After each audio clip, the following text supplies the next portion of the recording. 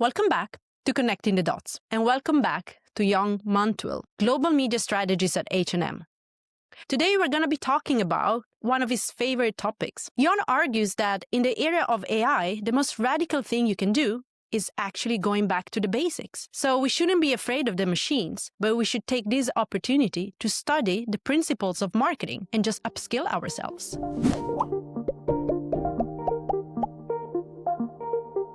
So welcome back to Connecting the Dots. On the first part of this episode, we talk about the platform paradox, we talk about measurement, touch upon how you do that at H&M, some of the best practices and so on. But now I want to talk about something that I know is really close to your heart. And it's something we touched upon a little bit during the first part. And something that I remember from our prep call about, with AI and automation and so on was the role of a media specialist. And, is this the big revolution? And you said, well, if you knew your basics, this wouldn't be such a revolution. What did you mean with that? So what I mean by that is that I like to think of the AI revolution just like when internet came, right? So when internet came, it was completely new.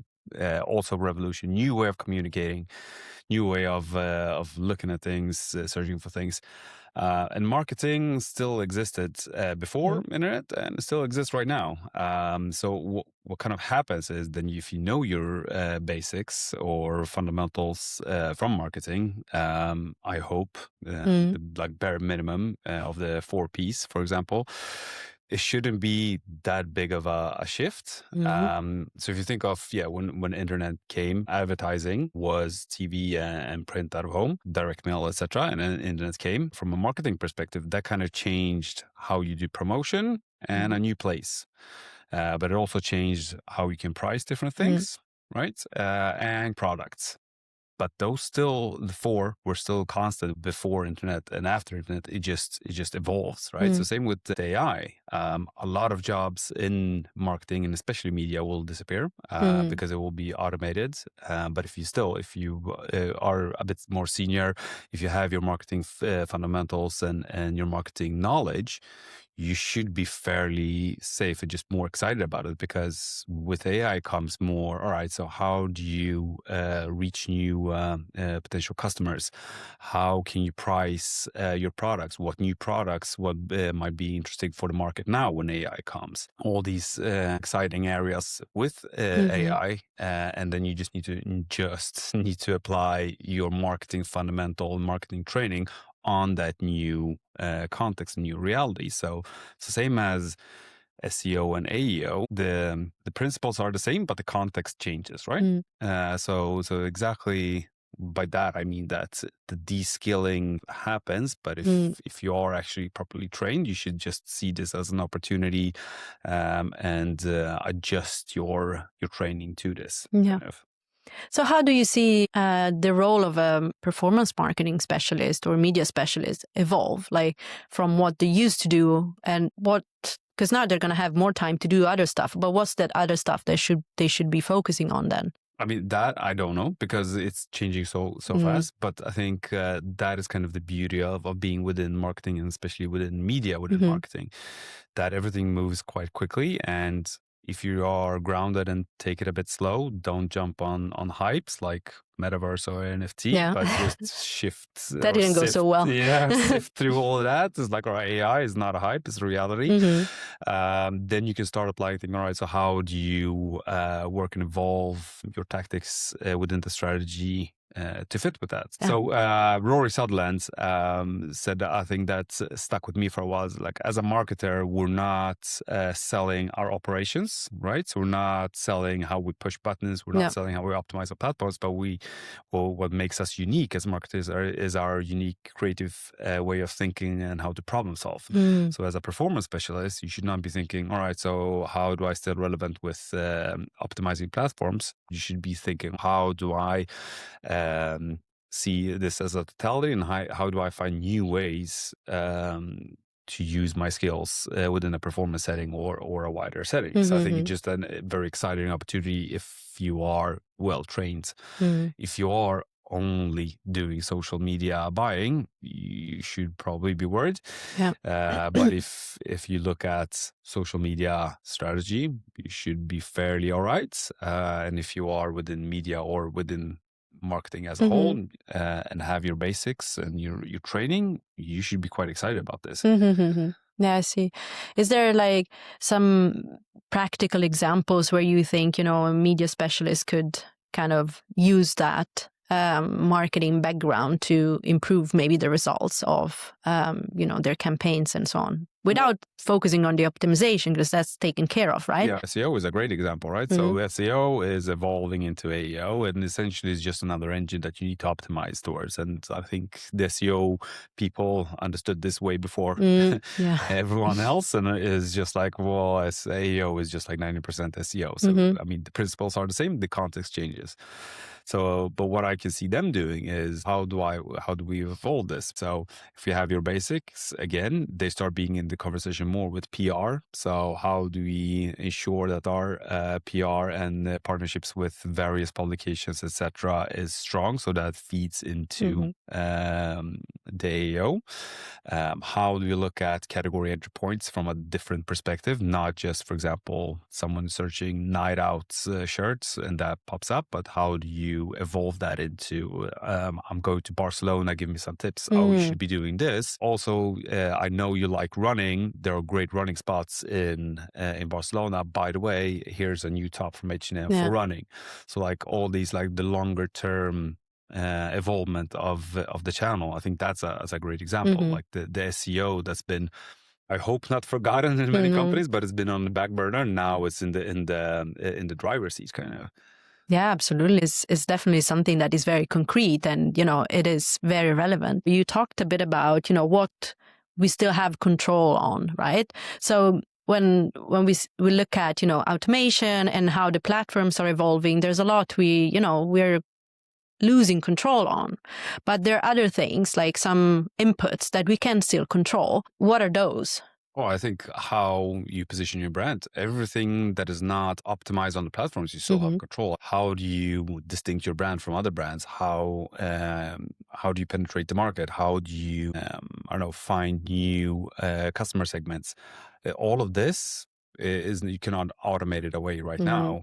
You can use it for your help to do market orientation. You can do synthetic data to do research, etc. But when everything starts looking the same at the platforms, if you take media specifically, that's where your job comes in to, like, all right, so how do you make your brand distinct, stick in people's minds? How are you closer to purchase within different stages of a person's day, essentially the funnel, which is mostly how far someone is from actually purchasing your brand or service or product.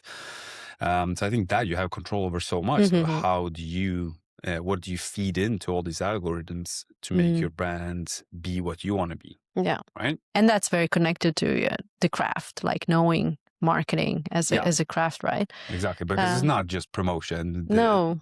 Ads and media, because that's obviously one important part, and that's why we're sitting here, because you're from a media agency and I work in the media department. Marketing agency. Sorry. Marketing agency. But I still work from the media department within marketing. So, I mean, and that's just one part of it. And a very important, but still just one part of it. So you still need like the pricing, understanding, the place, of course, and feed into the product. What does the market want now? Or is our product evolving together with the market, etc. So all these like fundamentals are still very relevant as they were like 50 years ago. Yeah. And do you think marketers are trained enough? No.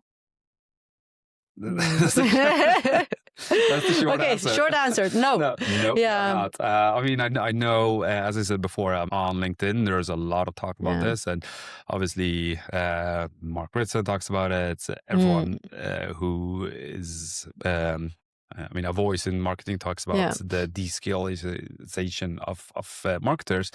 But it's kind of true if you look at marketing. If some people just make it as a pride to have not studied marketing. I started in media agency. I did not have a marketing background. I did upskill and train within marketing in order to be able to be a better marketer, because you can't just keep on working in a field without having the the theoretical training of it. I mean, no other field has this. I mean, try being a CFO without understanding economics. That's crazy. You won't do it, right? Yeah. Or simpler. I mean, you won't start as, I don't know, working in McDonald's without knowing how to flip burgers. You still need that training in order to become better. I mean, some stuff you learn on the job, but some stuff you actually need the theory for because it's part of a bigger context, just like marketing.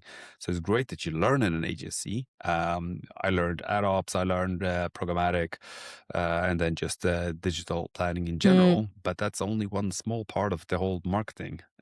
So if you work in a media department with social, that's great. Maybe you don't need anything else, but I would argue you still need a marketing training to understand how your channel or how your parts fit into the bigger context, just like with measurements. You need to understand how your part contributes to the wider business goal. When you study marketing and you're out of university and then you go work somewhere, you don't really apply the things that you have studied, right? But then maybe the more senior you get, the more that is also required. So I guess that's a bit scary. I don't remember if it was an article or who wrote it, but there was like 50% or so of CMOs don't have a marketing background. That's worrying. Yeah. That's worrying. Because what kind of background do you have then? I mean, it's great if you have a background in one of the, the other disciplines, but it's still quite scary. It is scary. I mean, again, with CFO, what if you read that 50% of CFOs don't have economic or business training? I mean, that would be insane. Yeah. You wouldn't hire a CFO that doesn't know business. And I think to your point that coming from university, learning marketing and then starting in a company and not applying that, I think that's an issue within the company as well, right? It says something about the marketing department. Obviously, not everything you learned in university is applied in real world. It's a lot of theory just to have the understanding of the background of the subject, just to learn critical thinking, etc.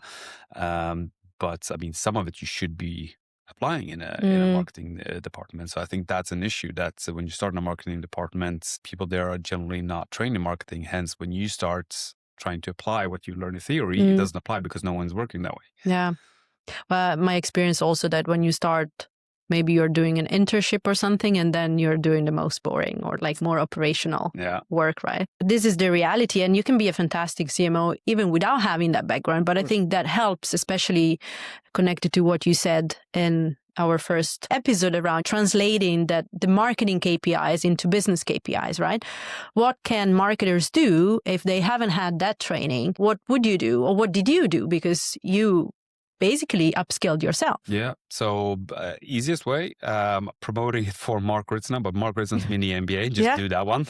I did that. It's quite expensive, but it's way worth it. If you don't have the means to do that, or if your company cannot provide it, which is quite understandable, you should read some of the proper marketing books or make an AI of your choice, create a learning plan for you, because it's all widely available on the internet. So all the 4 Ps, Kotler, everything is available. So if you don't have time to read all of it, just have AI to do a course for you and learn. Because I mean, it is a must, right? It is a must to understand marketing, especially as well for CMOs. You can be a fantastic CMO without having the marketing training. But I would argue that you would be a proper CMO with marketing training, because then you won't get stuck in the shiny promotion part, but you also understand how all the other parts work together. And by no means I'm an expert. I mean, I've taken the mini MBA, obviously I've done other courses and read tons, but still, this is something you need to maintain, as with all the other professions as well. Just be relevant in the conversation and kind of support the industry as a whole. Yeah, no, that's correct.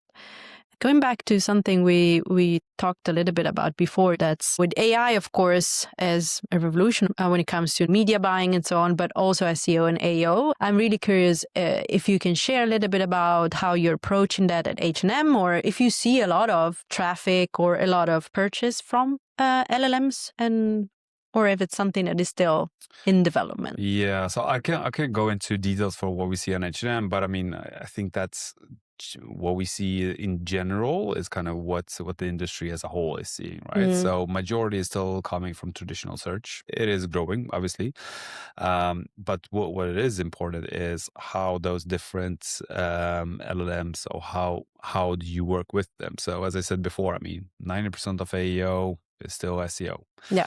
The 10% is how do you evolve that with the different category entry points, etc. that I was mentioning. But I think this is kind of an eye-opening as well, how different sources feed the different LLMs, right? So if you have Gemini, obviously it feeds heavily from YouTube. So then we need or us at H&M, but everyone else needs a solid YouTube presence. Your organic YouTube channel should be quite solid, because that feeds into Gemini. Yeah. If you look at Claude, I don't remember which one that feeds mostly, but you can, but it's maybe Reddit. So do you have a proper Reddit presence, and do you monitor it?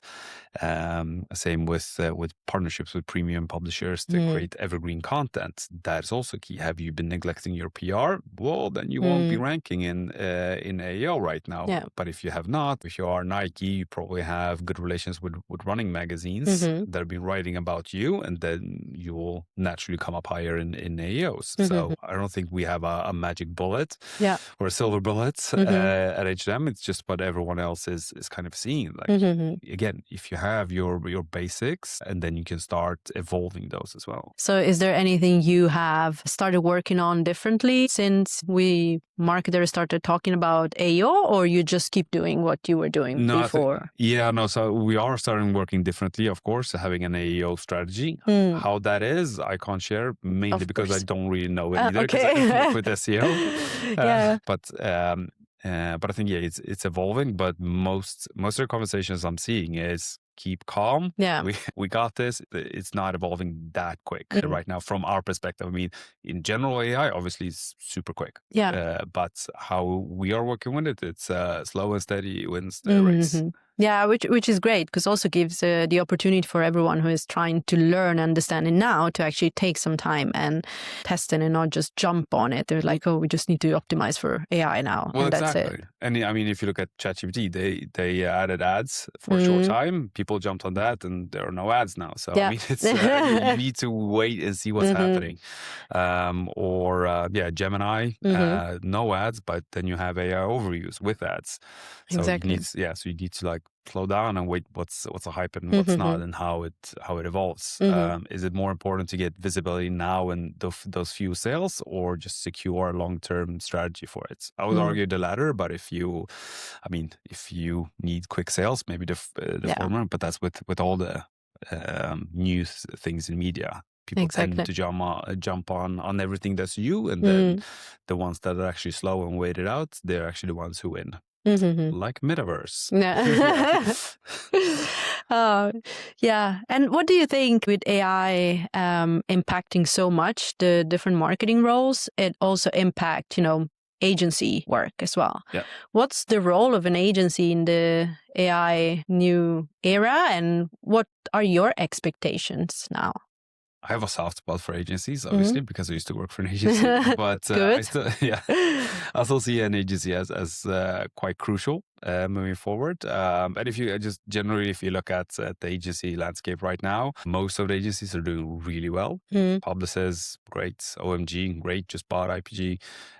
You at Precis, also growing. Some agencies not doing quite well. We won't name names. Okay. But majority of the agencies are doing really well right now, in spite of the AI era, right? And that's because you are incorporating AI into your workflow at a pace that maybe a marketing department or a media department can't do or can't afford it. You have the incentive to do it, and as a marketing team, you don't have to do all that because you can hire an agency. And then within an agency, obviously, a lot of roles will be obsolete because you will have AI take over a lot of manual tasks, which is great because you don't have to do all those manual tasks anymore. But still, you have so much expertise and tools that you won't be able to afford in a marketing department that you need to tap into an agency. And also how quick everything is going. if you don't really have an agency background, you're not used to, maybe I would argue, like sift through all the information and being up to date. That's again where the agency comes into play to support you with what's important now, what should you be focusing on, how do we do this? Keep calm. Yeah. This is not something you need to urgently do now. We will take care of this for you. Don't worry. So I think, the role of the agency is just evolving, but I think it's very important in the future. For a big brand like us, we need the agency for the manpower and for the strategic insights globally. I mean, for a small brand, they need an agency for all the tools and also for the manpower. So it just doesn't matter how big you are as a company, you still need agency for kind of the same things, but on different scale. And what do you expect agencies to do now? Upscale. Yeah. They 100% need P2 experts on AI, I would say, within media and marketing, of course. So I don't expect maybe people in an agency to have marketing training like in a marketing department, because maybe that's not the role of the agency. It's good if they have it in order to be able to talk to the whole marketing departments, but maybe not everyone at an agency. I mean, you as a CMO, obviously, and then maybe like client partners at an agency, they need to understand marketing. But if you are focusing on performance, then maybe you don't need a complete marketing training, but more performance knowledge and the whole understanding of the AI landscape and how it is evolving within your field, which you are expert in. Yeah, I agree. It's non-negotiable. You can't not do that. Yeah. And I think there might be many agencies that if they're not able to do it, they're just gonna disappear. Yeah. I mean, they will struggle because, some they're not doing well right now. Like old agency models, they don't work. Inventory media doesn't really work anymore. Just trading doesn't really work anymore. If you don't shift, you will become obsolete quite quickly and see other agencies which are shifting and adapting. As you've seen past as well. I mean, agencies that didn't shift quickly enough during the internet, they disappeared, right? And now they're just thrived. True. Okay. Well, I mean, this part was really dense with a lot of insights, but if I try to recap what we talked about, I think first is about the upskilling of marketers, or actually everyone who works in marketing that unfortunately doesn't always have a marketing background, and how, important it is to have a knowledge of what marketing is. And that's more than promotion, right? Because we often get like boxed into that, but it's way more than just the promotion piece. And also you talked about how, everything going on with AI is maybe a bit hyped and we need to keep calm, which I think is a message that, I really connect to, because there's no point in just, freaking out and just jumping on the new shiny thing. And also like what you said about the agencies and, how clear you are with your expectations that, agencies need to upscale and be the expert within, AI and what AI can do in their disciplines.